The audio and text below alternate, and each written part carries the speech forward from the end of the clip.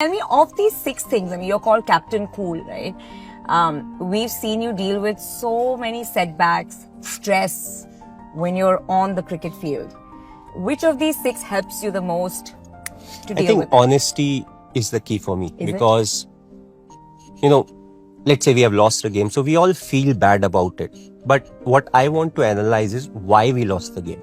So for me, the result is slightly irrelevant. Yes, we all, we want to win. We want to win every game. We want to win tournaments. But what is important is, let's say if we lose a game, rather than just getting sunk with that feeling of, oh, we have lost a game.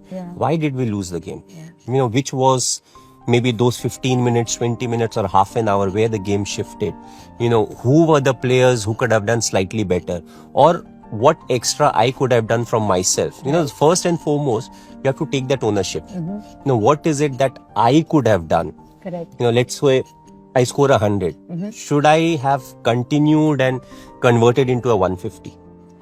Because a lot of times we look for excuses. Surviving is a very human thing. Right. So if I get out on 0, I may say, I got out on 0, I didn't even set in. But the whole thing is, what needs to be done. Right. And so that in the coming tournament or in the same tournament at a later stage, I know if this happened, this needs to be done.